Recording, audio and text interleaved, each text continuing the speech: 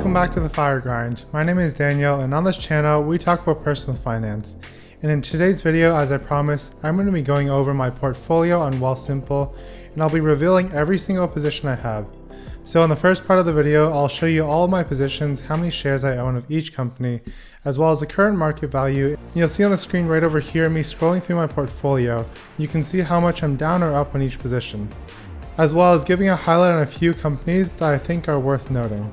If you haven't watched my previous videos on the series Invest With Me, check them out right up here. I do go over my thoughts on my portfolio, and recently I talked about how my portfolio is a bit all over the place right now, as I have been trading with Wealthsimple and fallen into the trap of $0 commission fees. As I mentioned in one of my previous videos, I'm trying to consolidate my portfolio right now. I own 28 positions, which I don't think I should be owning that much. So right now I'm trying to figure out which companies I want to keep, and I'll be selling off the ones that I don't want to keep at certain price points. So later on down the road when I make these sales, you'll get to know which ones that I sell and why I sold them. Without further ado, let's move to my portfolio, and while you're at it, just please smash that like button. So now we're in my portfolio, and we'll be scrolling down the list of stocks that I own. And the first one that I own is Absolute Software. I have 50 shares and it's at $622. Next we have AltaGas. I have 10 shares at $155. Then we have Algonquin Power, 25 shares, and it's worth $466. Then we have ATS Automation. I have 25 shares and it's valued at around $555. Next we have Aritzia. This is one of my larger positions. I have 75 shares of Aritzia, and currently it's valued at over $1,000, and I'm down about 2%. I will be talking about Aritzia later on, as this is one of my favorite stocks in the portfolio. Next we have Blackberry. I own 110 shares and it's valued at $712, and this is also another play that I'm quite excited about. And for those of you who are Canadian and know the history of Blackberry, it's a pretty dark history, as we know the shares were at one point valued at $120, but since then, right now, today, they're about $6 a share. But I do have a few insights to share later on about that. The next stock that we have is Brookfield Properties. I own 30 shares of this, and it's currently at $400.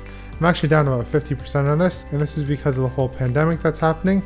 And Brookfield Properties owns a lot of commercial properties, such as malls, for example, and those are shut right now, so that's why it's dropped about 50%.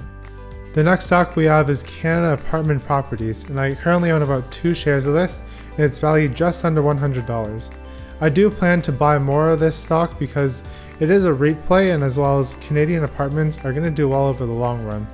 As the population of Canada increases, a lot of people like to flock to the urban areas, and this is where Canada Apartment Properties runs most of their business. They own a lot of apartment buildings in urban areas such as Toronto. Next up we have Chartwell Retirement Residence, and this is a retirement home play that I have right now, and those are getting hit pretty hard with the whole pandemic as well, as outbreaks are happening in these old folks homes. So I'm down almost 40% in this position.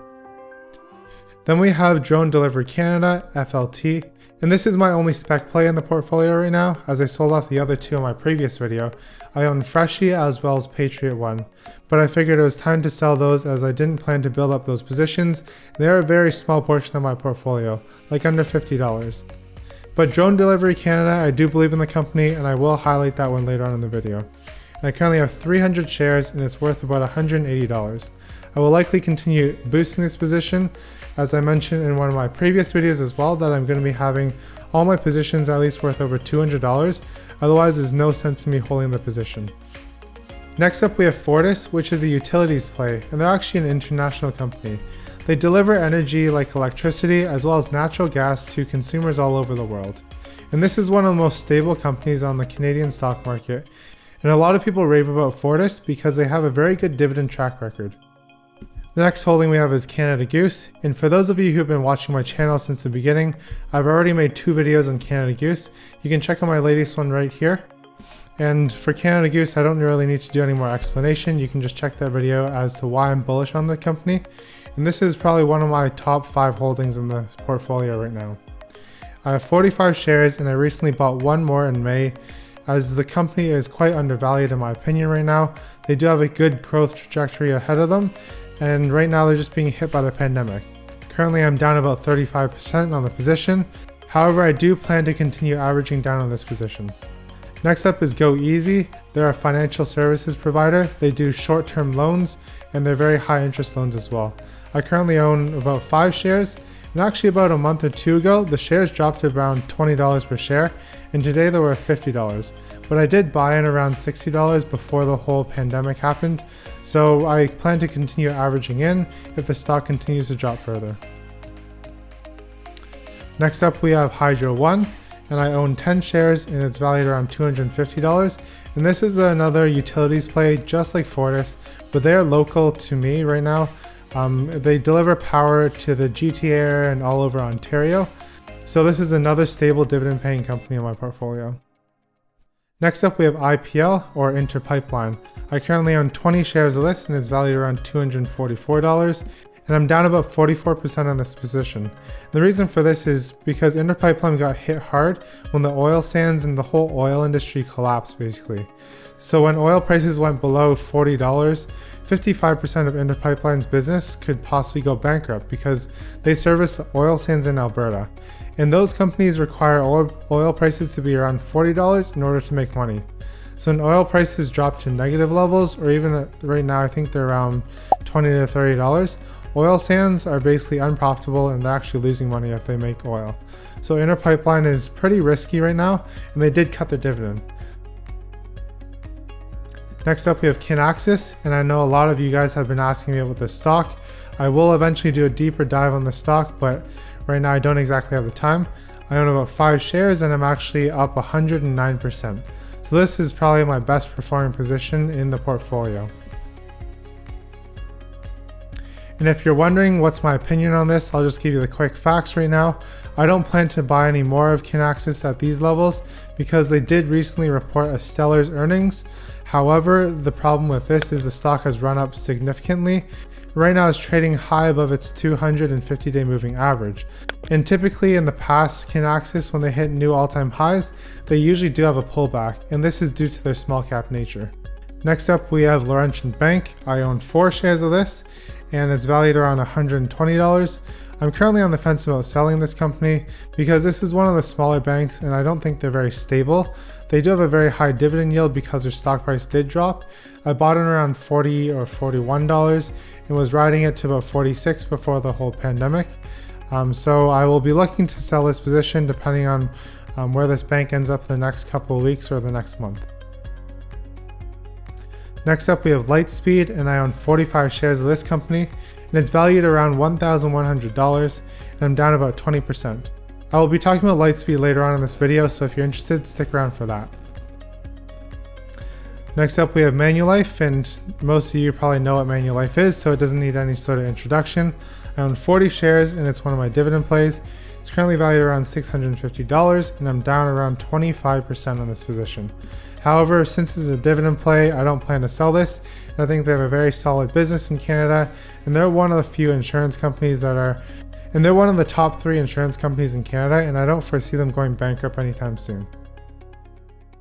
Next up we have Morneau Chappelle, and I own around 5 shares of this company, and they're a technology/HR company.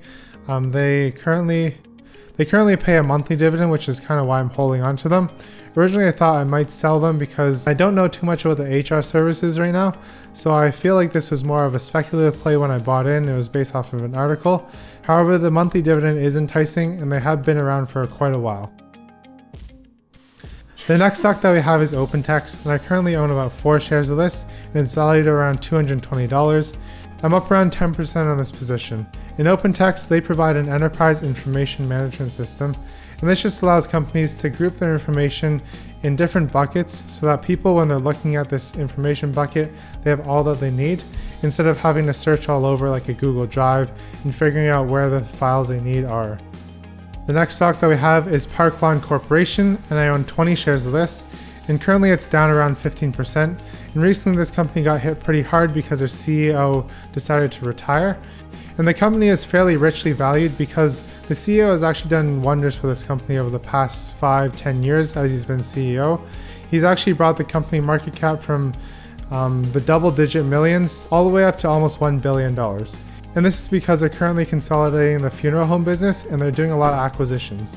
And as they're acquiring more funeral businesses, they're able to bring efficiencies into those businesses that they acquire and make them more profitable and therefore grow as a company as a whole. Next we have Sierra Senior Living, and this one I own 50 shares and it's valued around $550. And again, this is like Chartwell, as I mentioned before. It's a retirement home REIT, and currently they're down around 40% just because of the whole pandemic. Next we have Slate Office, which is a REIT, and they own office buildings essentially, and they lease these out to companies. I have 110 shares and it's down around 40%. And this is probably because a lot of the commercial real estate isn't doing as well as people are working from home right now. The reason for the uncertainty in this business is because a lot of these businesses stand to go bankrupt because currently with the whole shutdown and the pandemic, a lot of these businesses might not be able to sustain their rent and as well as their operating expenses and will have to close down. This will greatly impact Slate Office as they are in the nature of renting out to businesses. Next we have Storage Vault Canada, and currently this is my largest position in the portfolio. I own 600 shares of this company and I'm up 2%. And I'm a huge believer in Storage Vault Canada, and I will do a video on this in the future if you guys are interested. Let me know in the comments down below if you are interested as to why I bought so much. And this is essentially a replay on storage. The quick rundown as to why I'm bullish on this stock is because currently we know that baby boomers are actually moving into retirement homes or buying apartments, and they have a lot of stuff and people are attached to their stuff. And where do they put it? They're not going to throw it out. They got to rent a storage locker unit. And this is where Storage Vault Canada's business comes in. So this is why I'm bullish on Storage Vault Canada in the future, as they consolidate the whole storage business, and they're actually buying and acquiring a lot of mom and pop storage companies right now. The third last stock we have is Tfi International, and I actually did a video on this. If you want to know why I'm bullish on this company, just click right up here.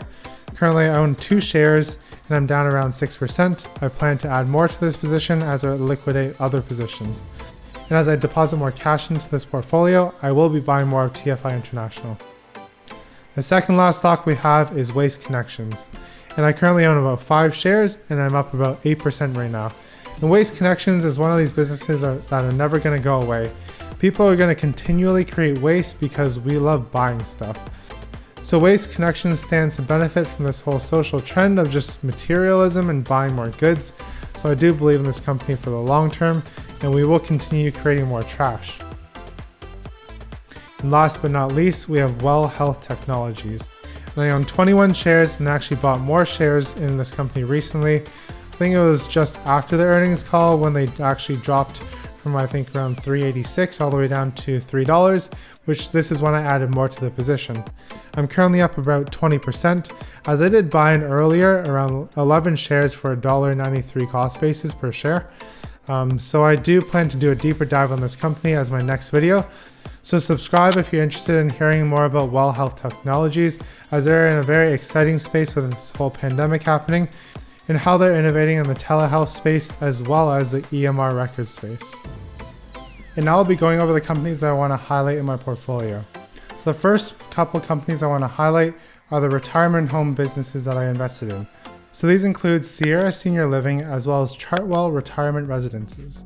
And the reason why I invested in this space is because I know baby boomers are actually starting to age and get to the point of time in life where they enter retirement homes. Whether that being their kids are placing them in there because they don't have time to take care of their parents, or these baby boomers just want to live in retirement residences as they offer a lot of services that make life a lot easier. In the short term, they're getting hit pretty hard. And the reason for this is because the pandemic is actually taking a huge toll on this whole sector right now. With older people in these residences, they have a weaker immune system and therefore they're more susceptible to catching the disease. And with this happening, the disease spreads a lot easier within these retirement homes because everyone's cooped up in this one place. And they're not able to social distance as easy as people living in apartment buildings or living in a house. The reason is there's a lot of common facilities that these people depend upon, and it's very difficult for them to just stop using them. As well as they have caretakers in there that will move from room to room, and this will actually help spread the disease right now. And we know that there's a lot of healthcare workers in these retirement homes getting sick, and they're actually transmitting the virus around.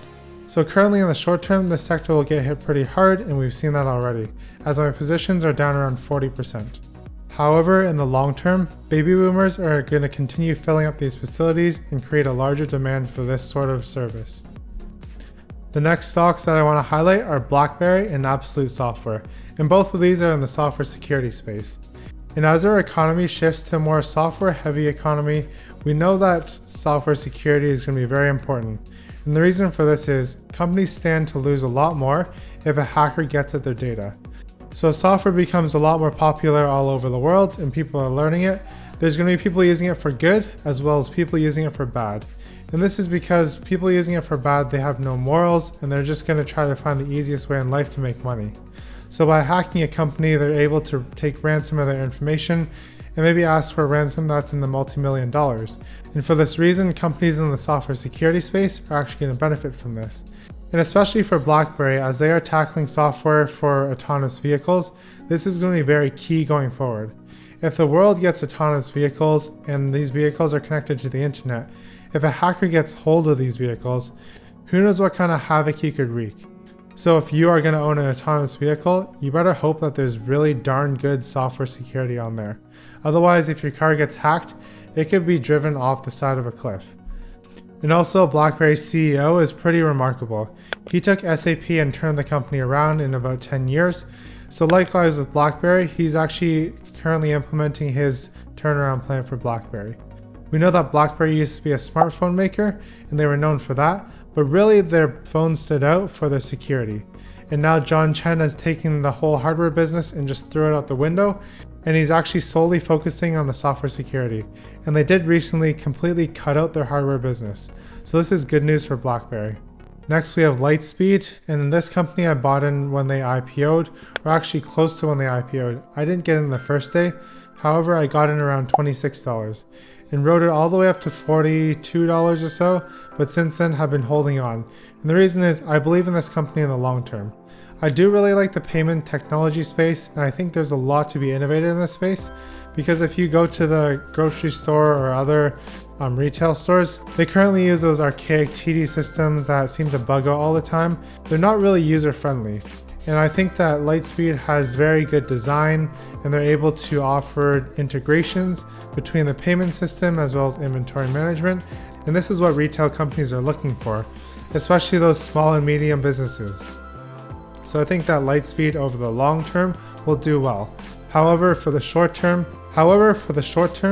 these small and medium businesses, they tend to be more brick and mortar. So therefore, Lightspeed's getting impacted by this whole virus that's happening, that's causing our economy to shut down.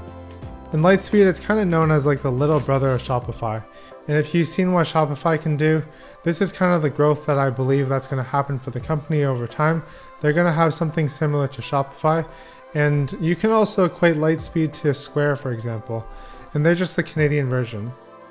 Not only does Lightspeed have a great future ahead of it in this payment technology space, they also have an amazing CEO. And in 2019, he was named one of the top CEOs in Canada. And the reason why he was named one of the top CEOs is because of his vision and his execution on that vision. So for these reasons, this is why I'm a big believer in Lightspeed. And as well as I do have a bias towards the technology space, because that's the industry that I work in. And I also believe that companies that innovate will win in the long term. And those companies that don't innovate, they'll be left behind. And Lightspeed is definitely one of those most innovative companies in Canada right now. And lastly, I want to talk about Aritzia. Aritzia is in the retail space, and a lot of people tend not to like investing in the retail space because it is fairly cyclical. However, I believe in Aritzia in the long term because of two things. One, their management is amazing, and two, they have an amazing brand and expansion plan into the US. Aritzia is primarily a Canadian retailer, and we know that if you look at the population in Canada, it's around 36 million people. However, if they expand to the US, their market increases by 10 times. And this is why I'm so bullish on Aritzia, because I have seen their business flourish in Canada based off of all the friends that I have that shop there, and they all love their products and the different brands that Aritzia carries. They have brands for younger kids like TNA, and they have brands for the older and more mature audience like Babaton. Aritzia is known for their quality, as well as their more boutique feel when you enter the store. And this creates a different retail experience versus companies like Old Navy or Gap or American Eagle, where you enter into those stores and you're just bombarded by the same type of clothing with this massive logo on there, and it just gets old over time. And that about ends it for my portfolio tour. If you enjoyed this video or just want to know more about my portfolio going in the future, smash that like button as well as click the subscribe. And leave a comment down below if you want me to do a deeper dive on any other companies in my portfolio, and I'll try to fit that into my video schedule. Keep up the grind and have a great day.